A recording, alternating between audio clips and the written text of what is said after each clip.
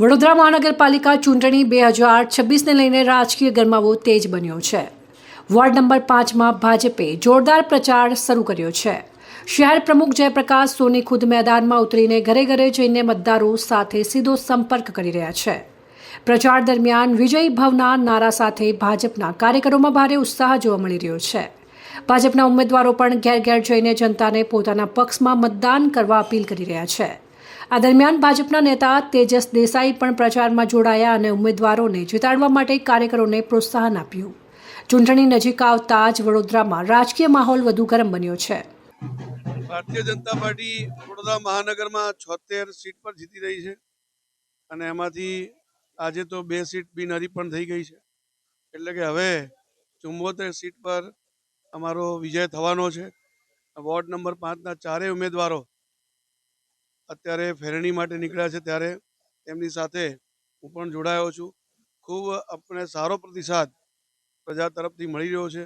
સૌ નાગરિકોને પણ આ ચૂંટણી નિમિત્તે ખૂબ અભિનંદન આપું છું। ચૂંટણી એ લોકશાહીનું ખૂબ મોટું પર્વ છે। સૌને હું અપીલ પણ કરું છું આપના માધ્યમથી 26 તારીખે મોટી સંખ્યામાં ભારી માત્રામાં મતદાન કરીને લોકશાહીના પર્વની આપણે સૌ સાથે મળીને ઉજવણી કરીએ। આખા વડોદરામાં જ્યારે આ ચૂંટણીના પડઘમ ગાજતા હોય અને એમાં વાઘોડિયા રોડ પર મારા પ્રભારી વોર્ડ 5માં આજે વડોદરાના ભારતીય જનતા પાર્ટીના યશસ્વી અધ્યક્ષ ડૉક્ટર જયપ્રકાશ સોનીજીનો ફેરણી પ્રચાર કાર્યક્રમ છે। એમાં એમની સાથે આવવાનું છે। ખૂબ બહોળા પ્રતિસાદ અમને જ્યારે મળી રહ્યો છે અને ખૂબ જનતા ભારતીય જનતા પાર્ટીના ચારેય ઉમેદવારોને જંગી બહુમતીથી જીતાડવા માટે એ લોકો કટિબદ્ધ છે અને ખૂબ મોટી સંખ્યામાં કાર્યકર્તાઓ પણ ફેરણીમાં જોડાયા છે, પ્રચાર કાર્યમાં જોડાયા છે।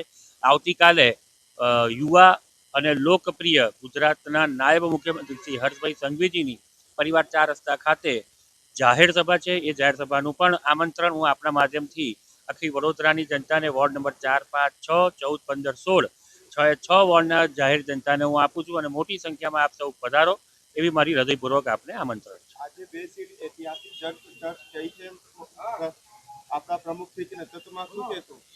વડોદરાના ઇતિહાસમાં સૌ પ્રથમવાર 2 સીટ બિનહરીફ યશસ્વી અધ્યક્ષ ડૉક્ટર જયપ્રકાશ સોનીજીના નેતૃત્વમાં ભારતીય જનતા પાર્ટીએ મેળવી છે। આ વડોદરાની જનતા વિકાસની રાજનીતિને સમર્થન આપતા હોય અને એમના ઉમેદવારોને જાણે ભાન આવતું હોય કે આ વિકાસ જો કરવો હોય તો મારે ભારતીય જનતા પાર્ટીના જ પક્ષમાં રહેવું પડે, એ વિચારધારાને એમણે અપનાવી છે। અમે એમનું હાર્દિક સ્વાગત કરીએ છીએ અને વડોદરાની જનતાને ખૂબ ખૂબ અમે અભિનંદન આપીએ છીએ અને ભારતીય જનતા પાર્ટીના 2 કમળ ખીલી ચૂક્યા છે, બાકીના 74 બાકી છે। રિપોર્ટ પ્રવીણ વસાવા, સંબંધ ભારત ન્યૂઝ, વડોદરા।